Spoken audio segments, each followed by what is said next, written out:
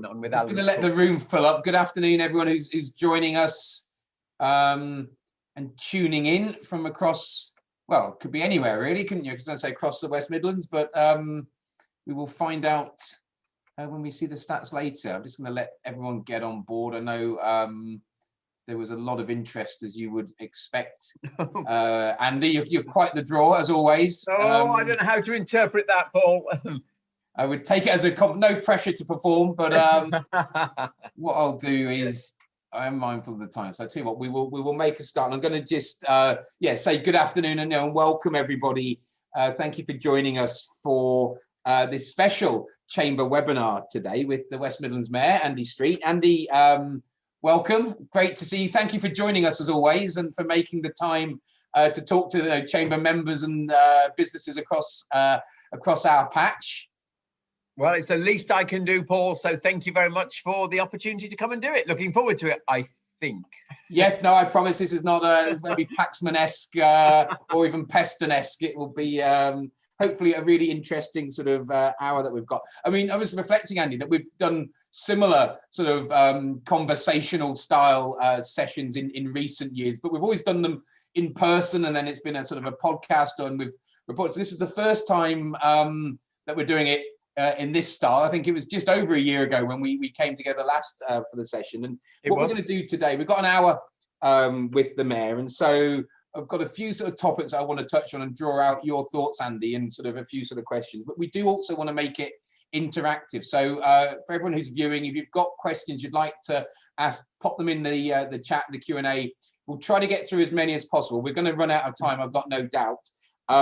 Andy is doing another session with the Chamber, with the Sutton Coldfield Chamber next week on Tuesday the 16th. So if there's anything burning that you don't get to ask today, there's another opportunity. And I know with an election coming up, Andy, I'm sure there'll be plenty of opportunities for everyone to see you and hear from you as well. But we will do our best today. And so just to sort of kick off, and I'm going to come back to sort of COVID and the particular challenges of the past year that the region has faced, that business communities have faced, and sort of what the future means shortly. But I mentioned the election. It's coming up May the 6th, and that's going to mark 4 years in the role, which is incredible. I can remember, I think we were at Symphony Hall when you sort of told me that you were thinking of standing, but it has flown by. So just to start us off, Andy, I wanted to sort of get your reflections, I guess, on that first term in office, and it's the first time that we've had a mayor in this region. So it was a new role 4 years ago, and sort of just a little bit on maybe what the biggest challenges, the biggest frustrations, and the biggest achievements have been over that first term. Yeah, that's very fair, Paul. You're quite right. We were colleagues on the Symphony Hall board together back in 2016 when I was thinking, am I going to go for this or not? Because, of course, I wasn't a politician and had never done anything in politics. I'd been in my business career all through. Of course, I'd got the local enterprise partnership experience that maybe prepared me, but it was far from, what's the word, easy, predictable that someone from business should suddenly step into this political role. An interesting reflection around the country that none of the other mayors who came either at the same time or since have come from any background other than politics. So I do still remain the only one who's moved from business. Maybe someone wants to come from sport or culture or the arts in the future, who knows? And it's interesting because when Michael Heseltine first talked about mayors, and Cameron Osborne did, they talked actually about drawing people in from different backgrounds. So I do remain the only one. So I suppose the straight answer to your question, Paul, about what was I most worried about on the 7th of May 2017, after the election. Okay, there were some practical issues. I remember the very first thing was the homelessness meeting on that day. But actually the underlying thing I was worried about was I going to be able to make the transition? Was there going to be something about learning politics and learning what was required that would somehow catch me out in some way? And I did think that, am I going to be able to make this transition? Now, I should let others judge, but I actually think the way it has worked out has been very positive in that respect. Yeah. And I think what has actually happened is that the region has held together through quite a lot of strains and stresses. And that, well, if I'm honest, thinking back 27, I thought I'm a Conservative. I've won. There's still at that time there was only one Conservative council, so I had a board overwhelmingly of Labour leaders, and I remember thinking, gosh, how am I going to make this all work? But actually, to everyone's credit, including the Labour leaders, everyone has played as a team, not in a very partisan way, and I genuinely think we've tried to work together. So that biggest fear of all has not come to pass, actually. Has it been? It is a fascinating point, isn't it? Because coming from business, as you say, sort of we hear in general now, maybe the public will say, "I know the career politicians," and that is absolutely not you. I mean, it feels a shame that there aren't more people making that jump, and I guess it must be difficult. I mean, but and 4 years in, I think university people say you've done a phenomenal job representing the region and leading in that way. I mean, did you find like that learning the politics was dramatically different than you thought or you were expecting, or you sort of stumbled into those errors, or you sat there one night reflecting, going, okay, now I get it, because as a business person I would have done this, but you know what, we're playing by different rules now? Well, what I've actually reflected on over 4 years is perhaps 2 points. There's a slightly different conclusions. The first is, lots of journalists say to me, gosh, it must be so different going into politics from business. And actually my experience is, no, it's not. Now, maybe then it's just this particular political job. So if I think about the approach we've tried to take, I've tried, as people joked, actually, there was a slight ribbing of me last time round, that I was the man with the plan, almost with it under my arm. And that's how you run a business, isn't it? You have your business plan, you say what you're going to do, you win your investment for it, Now, of course, you can probably control more of it in business, subject to your cash flow and all of that. But I've tried to be the same. I was very clear that, to get things going, we needed to this with our transport structure, we needed to this in terms of the housing numbers we needed to move our skills levels to this. And I'm not going to say we've hit all the targets. Of course we haven't. But fundamentally, we did have a plan, just as you would as a business plan. And we have really tried to stick to that pretty much. And I do think, actually, therefore, I come away from this thinking there's a lot more similarities in terms of strategic thinking, putting your people in place and holding them accountable then for delivering. And there's much more in common than perhaps people think. But then I think to myself, the big differences between this political job and, let's say, the conventional MP political job. Because the conventional MP political job, you're whipped, you're part of a really formal structure. I'm not whipped by anybody. I'm only loyal to the citizens of the West Midlands. So I think it's partly that this particular job has suited the business skills coming to it, rather than something about the political art per se. Right. That's a great answer. And I suppose certainly, as the role of mayors seems to have been firmly established now, by yourself and others who've taken those roles over the last 4 years. And that's maybe something that others could reflect on, because certainly back in 2016, 2017, there is a general sense of we want more devolution, we want more control, we want the mayors to have more power than not. Yeah. And it's important you get the right people then leading to sort of make sure that feeling continues, doesn't it? That's interesting. That's how you see it, Paul, because one of the things I was very conscious of, and I am now, frankly, and I think this is only human, 6 weeks, 7 weeks before the next election, you do think, well, I might not be here on May the 8th. And then how would one look back? And there's part of me which says, I have huge admiration for Ken Livingstone, not my type of politics, but he established the mayoralty in London. And actually, I think he did a really good job using transport as the primary issue to say there's something here that we need, not 33 boroughs arguing amongst themselves. And I hope people would say the same here, even if they disagree with me on some things, they'd say we've established the role. And It's been interesting to me over time. We saw 6 areas come forward to have elected mayors in 2017, us being one of them. And I always say thank you to the leaders of the councils, people like Albert Moore, who went for it. Yeah. Some turned it down. But interestingly, more are coming on board now. So we now see South Yorkshire. We see West Yorkshire are going to elect their first mayor this time round, the Leeds conurbation.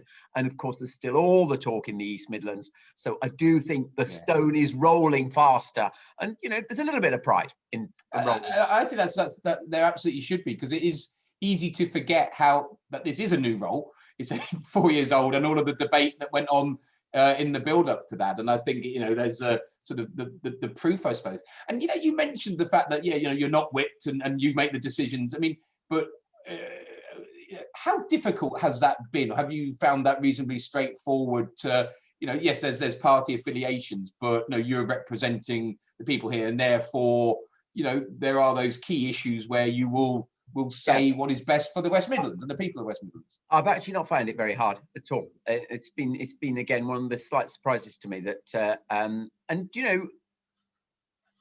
people in London get this.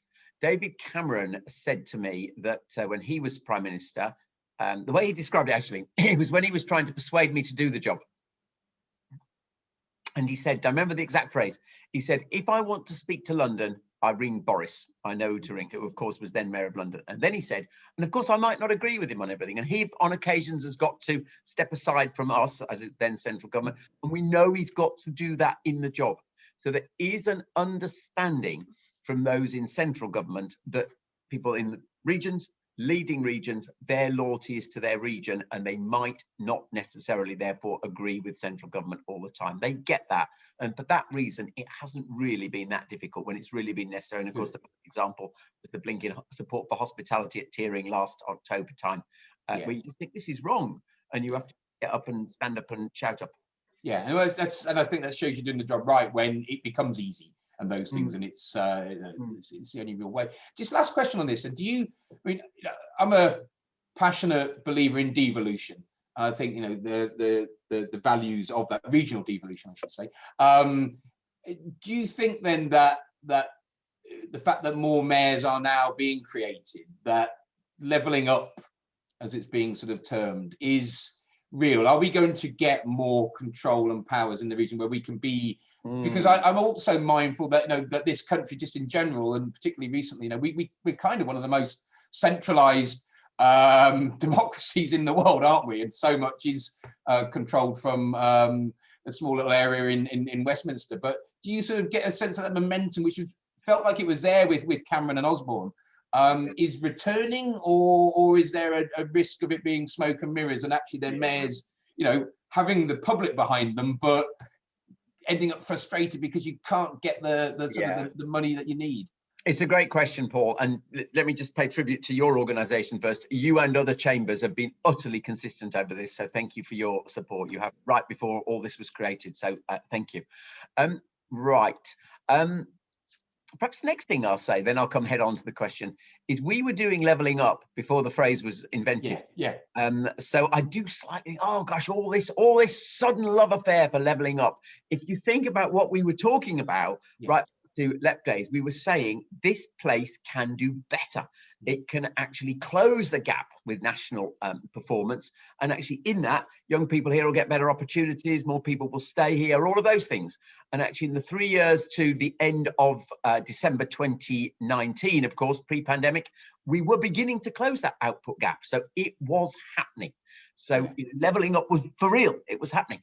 Let's just hang on to that. But to answer your question head on, I'm not going to pull any punches with the team on this call. I don't know is the honest answer. We're waiting to see.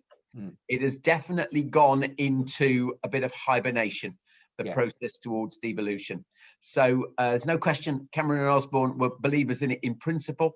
There's no question that Philip Hammond put lots of money on the table to support it. I mean, some of the things that we've lived off for years, frankly, was cash that came in that period. And we've seen a lot of talk about it from Boris's government, but we have not either seen structural change or actually as much cash be put on the table in an unring-fenced way. And the critical word is that last paragraph.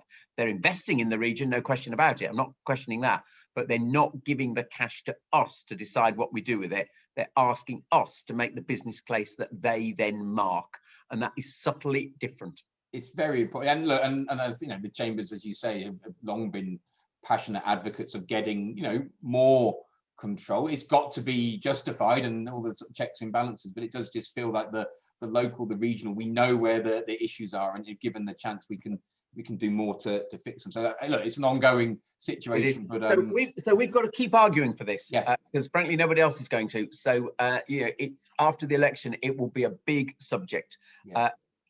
And I suspect actually the government are waiting to see a bit what happens across the country in elections as well. And I hope this isn't an indulgent thing to say. I feel some responsibility for this actually as well. So I know I've got to make the case harder after the election. Well, and we'll certainly sort of keep sort of banging that drum there. Now, just moving on. So obviously, the last year, the pandemic's impacted life and plans, beyond anyone's sort of comprehension. And certainly, I'm sure, I speak for everybody. I'm really sorry to hear of your personal loss in recent times as well. And it goes without saying that the impact on people's lives has been the key to this. I suppose from a professional point of view, at the combined authority, I mean, how's your plan's been impacted from over the past 12 months, from where you were in February last year, and sort of, I suppose, number one, the election was postponed by a year. But just that, how radically, I guess, have you had to change focus and direction? And just in that short term, we'll talk about what comes next. It's a really good question, Paul. Really good. So, I mean, the answer is hugely. So this time last year, if we'd been having this question, first of all, what would we have been talking about? We'd have been talking about lots of things in the economy that seemed to be going the right way. I remember there was an event exactly 12 months ago about the unveiling of the clock in Centenary Square, and the speakers for Commonwealth Games. It was it was the last Monday before lockdown. And at that event, lots of people talked about the 2020s being Birmingham and the West Midlands decade. The numbers were all going our way. Record employment levels, 97,000 jobs. We can reel them all off. But actually, that has gone into sharp reverse. So very stark. So I'm sure we'll come back to this, but there is a very different economic situation than 12 months ago. And we've got to think about that. And I'm sure all the businessmen and women on the line sense that themselves. Yeah. But I think what you also mean by the question, though, is did we have to do different things in the course of the last 12 months? And the answer is yes. Yes, there wasn't an election to fight. Everyone knew why. And there was a sort of 12 months extra period. But I guess the most important thing is, I'll tell it through a story as well again. I remember it was the second week of lockdown. I picked up the phone to David Jameson as the other directly elected person across the whole region. And I said to David, and let's face it, different parties, we don't necessarily agree on everything. I said David's the Police and Crime Commissioner. Yeah, exactly. I said to David, right, we're going to be in a very, very difficult situation here. We've got to sort of bury all of the party political stuff, and we've got to do our civic leadership bit, and we've got to try to draw everyone together around these roles. Now, one thing I've learned in the last year is leadership means a lot more than politicians, by the way, brilliant leaders and elsewhere that we've seen step forward. But we did have a responsibility. And I think in a sense that sums up where my mind was 12 months ago, that we knew we'd got to do things in a really collaborative way, trying to carry everybody with us. And I hope that that is what's happened over the region over the last 12 months. It does feel like it, doesn't it, in extraordinary times, and maybe it's the same in other regions. I mean, I actually think that the creation of the combined authority 4 or 5 years ago has probably helped to ensure that we're looking over a sensible geography, and we've got the scale, and people who need to work together are used to working together. And so, I mean, I know, to sort of manage through as we've dealt with it. I mean, the support from government's been so significant, and we can touch on furlough schemes and all of the other sort of measures that have been there. I mean, what's your views on, I guess, has it been enough? We've shared a platform with the excluded and sort of those who have missed out on, and it's heartbreaking, isn't it? And I know that that you feel that, but I suppose just a bit of reflections on the support that's been there, that which hasn't. You mentioned the sort of entertainment and events industry, aviation, I suppose, is another one. And then, your key focus in the short term, because while we've got the roadmap and we're all encouraged about the future, sort of here, first couple of weeks in March, there's still a long way to go, isn't it? And while we can actually reopen, it's then getting back to that momentum that we had before is going to take an awful lot of things coming together in the right way. And I suppose, what are you seeing as the pressing issues for the next month, 6 weeks even? I think if I answer this properly, Paul, it'll take us till at least 2 o'clock. Yeah. So, but,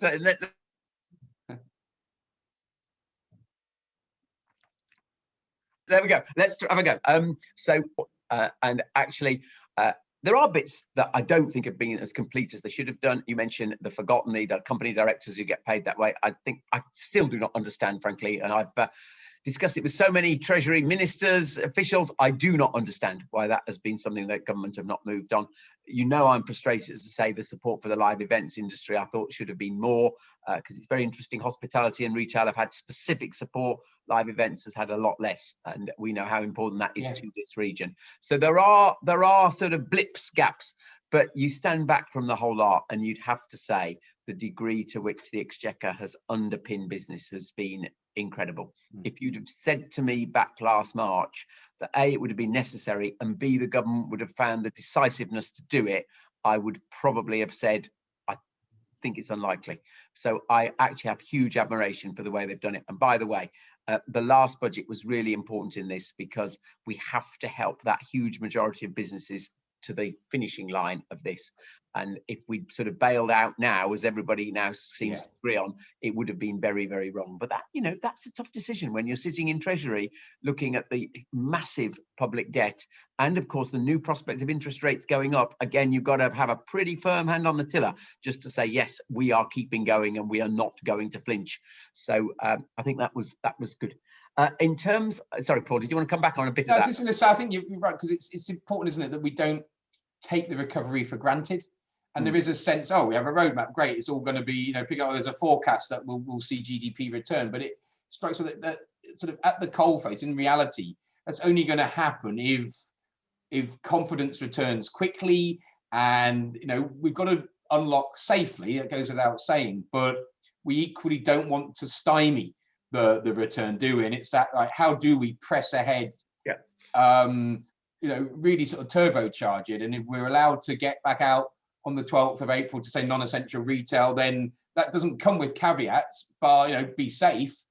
We need confidence to return quickly, isn't it? Because people are on life support and businesses are, and need to get as much money flowing through the tills as quickly as possible. And one thing I'm very conscious of, and I'm sure the businessmen are, men and women on the call will get this entirely. Just because you open does not necessarily ease the cash flow. There'll be businesses, makes it worse, doesn't it? At first, it makes it worse in the short term, exactly. Businesses will be restocking. There may even be some capital to be spent amending their premises. They might be having to take on key people who might have gone off might just have, you know, I don't know, might have voluntarily moved on over the course of the last year. So that support for the re-emerging period, particularly around cash, very important. And this whole issue then about how long you are given to repay any loans you've taken, particularly for MSMEs, that's so critical. So hence why I say it was really important that the deadlines for all these things were not the 21st of June. But you asked the second part of the question, which I didn't know. So second part of the question, what are the big priorities? And I mean, this could sound so glib, and it's not meant to, but there's one word: jobs. Because the single biggest change between where we were last year to where we are now is that jobless number. Just to give it in real summary, 97,000 jobs created in the West Midlands over 3 years. We think we've lost 100,000 already. I say think because we don't have quite the same accuracy of data short term, but there are 95,000 more people claiming benefits. So there's a horrible symmetry to that. And we know this is concentrated on young people, women, and of course those in disadvantaged communities. So we have to get those roles back, because we just know from history how corrosive high levels of unemployment could be. So rather than go through all the pages of it now, obviously what I've done, I don't want to be political in this, I've done my mayoral jobs plan, which tries to talk about where that 100,000 jobs is coming from. It's back to the idea, you can't just hope, you've got to have an accurate, detailed plan. We've done that, it's over 2 years, it's stuff that we can see clearly. It's not if we secure this huge investment from government, then it's what can we plan for now? And a big part of that, Paul, is of course the retraining that's going to need to happen for people who've fallen out of sectors that perhaps haven't got as good a prospect as other areas.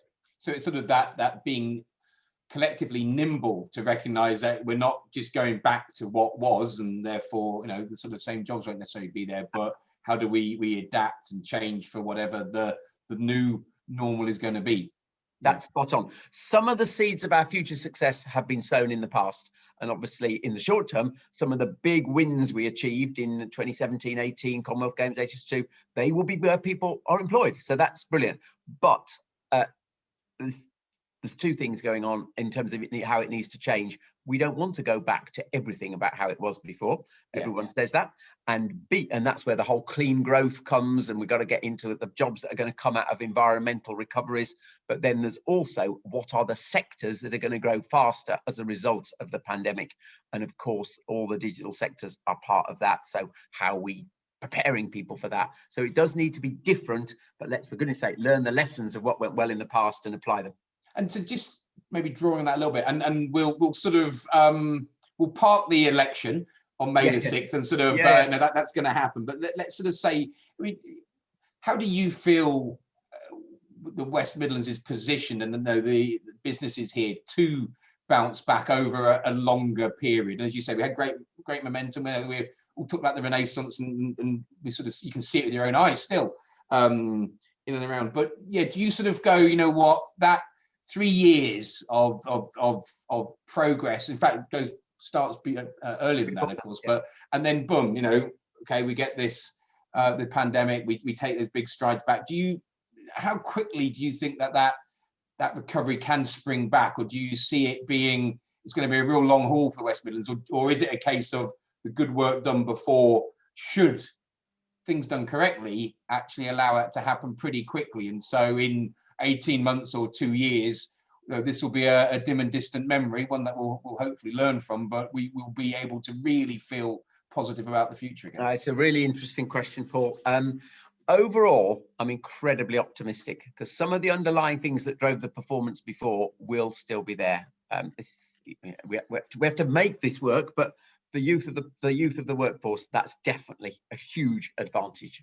You just look at the creativity, the technical skills, of course, the improving infrastructure that we know was driving investment as well, the improving skill level. I mean, there's absolutely no question the workforce is better qualified here than it was 5 years ago, 10 years ago. That will drive pieces as well. And some of the sectors where we are really good will have a brilliant future. So lots of the underlying ingredients, and actually the increase in housing stock is a critical part of that. We all know that drives decisions which drive the economy. So there's lots of underlying things, but there are going to be some sectors which take a very long time to come back. So let's take a sector we've talked about before, the aerospace sector. Really important, more in the Black Country than Birmingham actually, but that is not going to bounce back on the back of a consumer spending recovery in June. That has got some deep-seated issues, so it will take a long time. So it's going to be uneven between sectors, but fundamentally, I'm still the greatest optimist, nay, evangelist of our opportunities.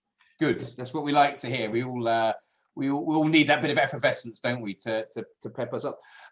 Just wanted to touch on diversity and inclusion, and I suppose, you know, look, it's in the news again right now. I won't ask if you were watching Oprah on Monday night, but I haven't watched it, Paul. That's amazing, Andy. I mean, but I'll let Oprah know, because I'm sure she's quite keen to know. Yes, everyone around the world has seen that interview. But you know, like, part of the, I suppose, just not doing things as we had done before, but doing them better, and part of the recovery. You talked about the youthfulness of this region, and the diversity of the region is also something that we're all really aware of. And it always strike me as, you know, that they are assets, aren't they? But we've got to harness it right. We've got to tap in. We've got to create opportunities, and done well, then we are sat on such a well of talent. Some of it may be latent right now because it doesn't know how good it is. It doesn't have the opportunities. But if we can tap in here in the West Midlands with the population that we've got, then wow, watch us go, and it will kind of really sort of fuel the development. I mean, I know that the Combined Authority has done an awful lot in this field with the sort of inclusivity sort of commission, and I know Anita Bala, you know, took a great role in that, and the young Combined Authority. I mean, just where's your thinking on this, and some good work done to date, but what needs to happen going forward? My thinking is that this remains our a huge hidden advantage, actually. Huge advantage. Oddly enough, I think I was selected as candidate for this role. You might think, where's he going with this? In the last Wednesday in September 2016. The last Sunday of that month, I had to give my speech at Symphony Hall. It was rather daunting, straight from candidate selection when I've been happy doing my business to that speech at the Conservative Party conference. But you do. But I said in that speech that one of the reasons I wanted to do this role was that I genuinely thought this place had so much untapped potential from its youth and diversity. Now, I know that sounds like jargon, but it really is true. And I also believe, because let's face it, youth and diversity are not always seen as some of the easiest issues. There can sometimes be some challenging social issues. We all know that. We just got to be honest about it. But I honestly feel that if we can address all those issues through a sense of opportunity here, we will, in a sense, be creating that blueprint for the country as a whole. And I've not changed my view on that 4 years on from that first occasion, actually. So it's sort of deeply under what I'm trying to do, that sense of better opportunities for so many people. So yeah, some good progress has been made. The Leadership Commission was a really good piece of work, and some good acts have come out of that, like the Young Combined Authority. And I tell you, when those youngsters who do represent the region geographically by diversity in every sense of that, come to the Combined Authority board and say exactly what they think, it can be the most uncomfortable part of the whole meeting, truth to power and all of that. Yeah. So that has been good, but we haven't made enough progress. Let's be equally clear about that. So what the Leadership Commission is going to be announcing next week is a reformation with a concentration on two particular things. And the first is about board appointments. How are we going to get more diverse representatives in, again, every sense of that, because real diversity in this case is about diversity of thinking rather than just the characteristics that you can necessarily see, to get the boards to be more diverse. And we will be working on a program on that with Birmingham University, and actually making specific training available for those people who believe they have the capability to move on to boards. So if you've got really promising young people in your organization, you think, gosh, they really could come through, let's hear from them. Let's get them through that, because I think there is still an enormous amount to be done in this representative piece, actually, Paul. And we've all got to do it, haven't we? We've got to step up and drive it forward. It's funny, this is a total coincidence. I've got a copy of the race equality code that Carl George has been driving. He's a chamber board member, and I know that the chamber, the Combined Authority, I think Birmingham City Council, all early adopters of that. And it's about the collective walking the walk, not just talking the talk. And probably should say, I'm sure I know that you saw this morning that the chamber certainly living up to that. And I did.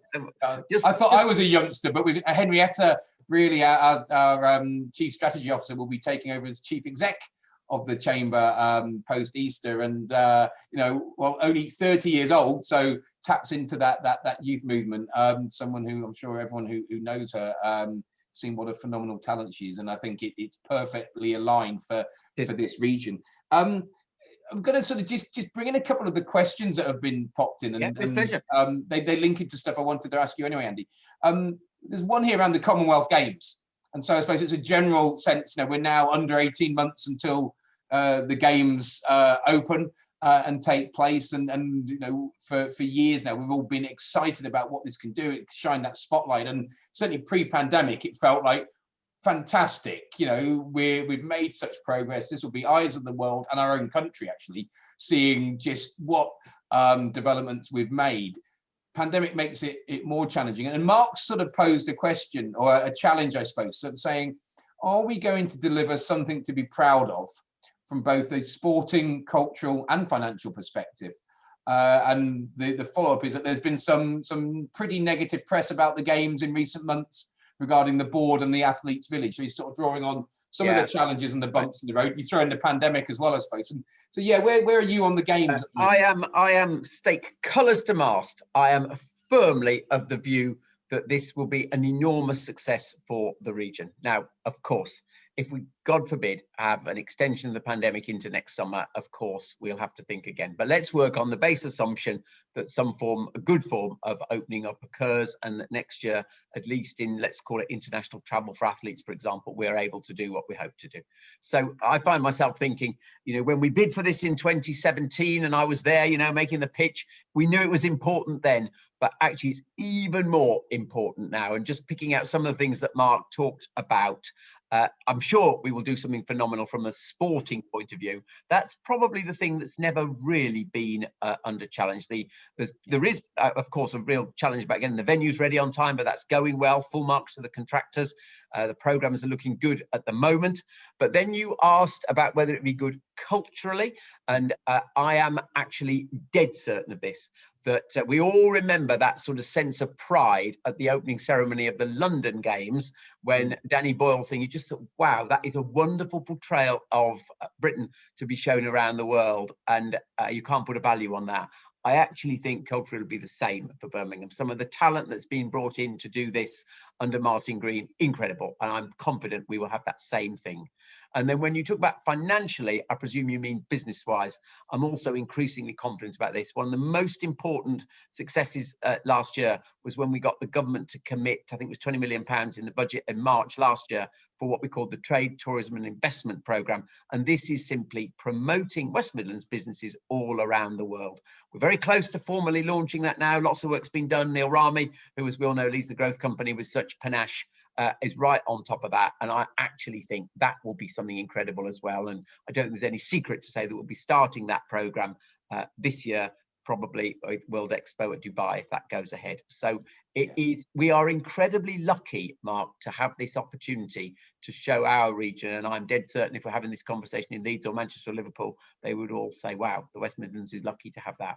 So yeah, I feel very positive about it. You're right, by the way, there's been some negative publicity, some of it slightly self-inflicted, unfortunate, but you just have to ride through it and you have to hold on to the big prize. And what I do think is true is that if you think of the London Games, you saw that huge slump in public support for the idea, and then it only really came good at opening ceremony in London.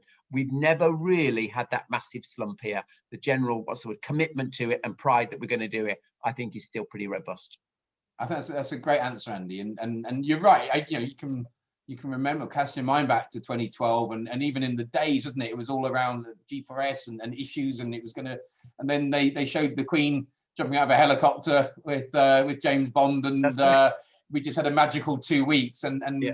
You know, it's. I mean, I see it as it gives us a little disproportionate advantage, doesn't it, over anywhere else? We've got this coming next summer, and so the sun is going to shine. Birmingham and everywhere else involved is going to sparkle, and it's something we can hook on. But we keep making this message. You know, the Greater Birmingham Chambers, our Commonwealth Chamber, which is playing a key role, is crucial that people get involved now. And businesses, you won't, the opportunities won't be gifted to you. You've got to go and seek them out. You've got to make sure that you're ready for them. The games portal's a great way to do that, and certainly for those watching, please don't just sit back and hope it's going to happen. We've got to make sure that as a region we absolutely grasp that opportunity. There's I'm going to shift then just onto sort of transport. Kay's popped a question in here, thanking you for your work in the Midlands on mobility credits. Now I've not seen this, Andy, but said it was great to see you crushing a diesel car, so that's something I need to brush up on. And so she's asked, how do you see that scheme developing in other areas of the West Midlands? And just more generally, your views on the sort of transport developments, because I know you've done an awful lot, be that the sort of with rail, with the trams around the sort of the city and future plans there. We've got the bike scheme. I live up in Sutton Coldfield. I haven't been on one yet, but there's a plan for this weekend. And so there's a sort of one about the crushing cars, and then two, just your thoughts in general on progress and plans for the future around transport. I'll come back round to crushing cars at the end, Kay. You're very well informed. Very good. So I said earlier on, didn't I, that Ken Livingstone was famous for transport to set up the Mayoral in London. And I do think when I look back at the particular things that we've done, particular things, transport has been a big part of it, actually. And just maybe one stat that I think shows the progress we've made.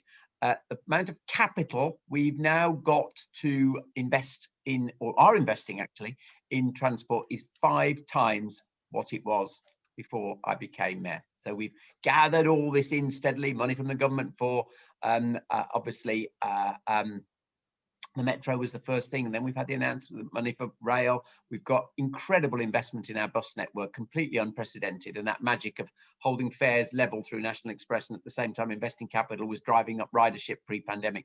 So, and then of course, as you say, everything around cycling, but the single number is 5-fold increase is what's been delivered, and I do think that's credit to lots of people and lots of good business cases that have been made. And it's so important because we all talk about the climate emergency, and we know we've got to give people an alternative to their car, and public transport has to be it. So they're coming right to the mobility credit. That's what that's all about. It's another trial, Paul. So it's all part of this future mobility zone, and it's being tested for Coventry residents. That's why you might not have seen it. And it basically says, if you commit to getting rid of your car, and that's how it ends up in the crusher, by the way, an old car going in the crusher, which is very dramatic, that you will get a credit of £3,000, which you have to use on public transport. Now, this is not forcing people. This is really saying, let's test the market here. Let's see what it takes to induce people to make a life-changing decision like that. And so there are volunteers coming forward in Coventry to do that. And you're ahead of me, Kay, because I'm actually going to see the car crusher tomorrow. So you are particularly well informed if you say I've already seen it. I don't know how you know that. You haven't crushed your car yet. We haven't done it yet. Oh, well. It's tomorrow. There may be some already done, but I've not been to see it. And it's fascinating, actually, because this has gained interest from national news. So I think you'll see probably the stories of this maybe over the weekend, because I think it's particularly interesting. What does it take to really change consumer behaviour in this way?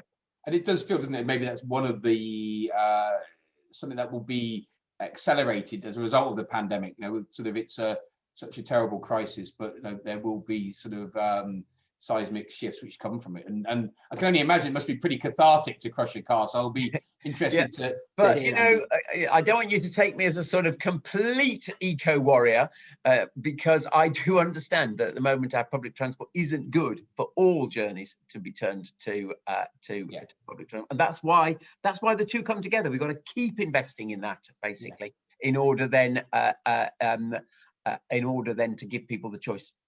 And I'm going to link, I guess, and want to talk, you know, Gigafactory. And sort of number one, there's been lots in the news recently, and just exactly what is happening with that. And is there that risk of, well, for those who don't know, maybe give us a potted sense of what the Gigafactory is and why it's so important. But also, Andy, you know, like kind of, are we being set up in competition internally in this country, you know, sort of the Midlands versus the Northeast? And you know, is that right? Or should we, you know, we need more of these because this is the future. You look at the way that manufacturers or auto manufacturers are going, and, you know, Jaguar or Volvo or whoever now is saying, right, we're going all electric. Sort of, surely this has got to be an absolute priority area for development. Yeah, it is. So what's a gigafactory? All it means is mass factory. So it's where electric batteries are made at huge scale. The classic example of it is in the desert in Arizona, making the batteries for Tesla, a vast thing. But that's what we're after. Now, why is this so important? West Midlands economy's got lots of strength. I don't want anyone to think we've only got one leg, but one of the very important legs is, of course, the automotive sector. It directly employs 45,000 people, but at the moment, most of them are engaged in building combustion engine cars. They are going to be illegal to be sold in Britain in 2030. So this is a mega change coming to our most distinct industry. So the industry will be electrified. And we heard the brilliant announcement from JLR 3 weeks ago now about the amount of cash they were going to put behind this eye-watering sums, £2.5 billion a year towards that electrification, which incidentally would make them the biggest industrial investor in the UK once again by some way. So that was an incredible announcement and conviction and confidence in the region, really. But if you turn the industry to electric, you need to make the batteries, simply because the battery will be worth 40% of the value of the car. So if you're making, I don't know, dashboard seats and everything else, brilliant. But long term, this industry is going to be based around these battery factories. And by the way, in time, the batteries won't just go in cars. They'll probably go in trains and aeroplanes even, and probably in all of our houses for domestic energy. So but they become the hub, though, yeah? They become the hub, and everything else is around it. And of course, the great irony is we've got the bits that go around it. We need the heart in the middle of it now. So what we've done now is we've agreed a location with a private landowner, with Coventry City Council, for this our gigafactory, and it sits right in the middle of that cluster of advanced electric research around Warwick University, with JLR on the doorstep, with companies like London Electric Vehicle Company, Lotus have just moved in, Norton. So the cluster's building, and where we now are absolutely up to speed, we have got we've got a site proposal. We've got government saying they will subsidise this, put £500 million aside in the last what do you call it, autumn statement. What we now need to do is seduce an international battery manufacturer. They tend to be Chinese or Korean, but of course you've got to be able to say to them, this is where you're going to go, and this is the money the British government will put on the table. And you need all parts of that equation to come together. So right up to speed, the conversations are now beginning to happen with those investors. To the northeast, the debate whether we have been set up with a competition, it looks that way to some extent, but I'm not remotely fussed about it for two reasons. Number one, the country won't need one gigafactory. The estimates it'll need about 7 in due course. Yeah. So if we get the first or the second, I'm not too fussed, but actually I'm extremely confident we'll get the first, because when you look at the real detail of what's going on in the north, they've not made any applications for planning. They've not made any applications for money from the government. And what we have is that huge asset that the industry is based here. And what are the timeframes, Andy? Do you have a sort of a sense? Is that we talking months, or we talking sort of into 2022 or beyond? So it depends which part of it you mean. So the planning application will take at least a year. So there's a fair lead time there. But what we're trying to do is condense that. That was the purpose of getting an early announcement. And then in terms of seducing the manufacturer, that's probably, I probably shouldn't use the word seduce. That's probably high number of months to a year would be my guess, to get that real commitment there. But we need to have, and then of course, even after the decisions, to get it operational is probably at least 4 years. So we have not got long if we're going to have a banning of petrol vehicles by 2030. Yeah, Hence and why we've done this. And it's critical, isn't it? That again, it's another sort of project that the whole region can get behind and lobby and join the supports, because time is of the essence. And I suppose as a country, we do not want to get overtaken in regards to this, because it's a must. It's what I call a must-win, Paul. Yes, absolutely. No, when we say full support there as well. I mean, Charlie Blakemore, who is MD at Intercity Technology, who are a brilliant national firm, but based here in Birmingham, put a question in, I suppose, just around. It links in with the Gigafactory to a point, but just what can we do to make the Midlands a real sort of hub for green technology? Do you have, beyond just a Gigafactory, sort of views on that? Because certainly pre-pandemic, it was something that we at the Chamber viewed as going to be, almost the top priority for business over the coming years or this decade. And what's your views? How do we differentiate ourselves in the green future from other parts of the country? I think it's a really interesting question. So the first thing to say is this story is going well already, actually. So if you look, when we did our local industrial strategy back in 2019, Charlie, we called this area out as really important for the future, but also already growing fast. I think we were saying there are at least 1,000 companies in the West Midlands already working just on one element of this, the decarbonisation of energy. So, I mean, it is already hugely significant. And actually, a stat I remember so very well, the highest productivity of any of our sectors is in this sector, which tends to be the case when you're on the cutting edge of something new. Now, so it's very important to us. But the question's about where's our differentiation? And I do think there's a very clear answer to this. So we've seen more announcements today from the government about renewable energy production around the coast. Now, we are not going to do that. We are not going to do huge carbon storage here. Land's too expensive. The bit that is the USP for us is thinking about how we green existing industrial processes.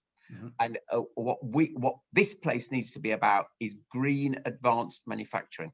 And yes, the Gigafactory is an example of that, but that is not something that Teesside or Humberside do.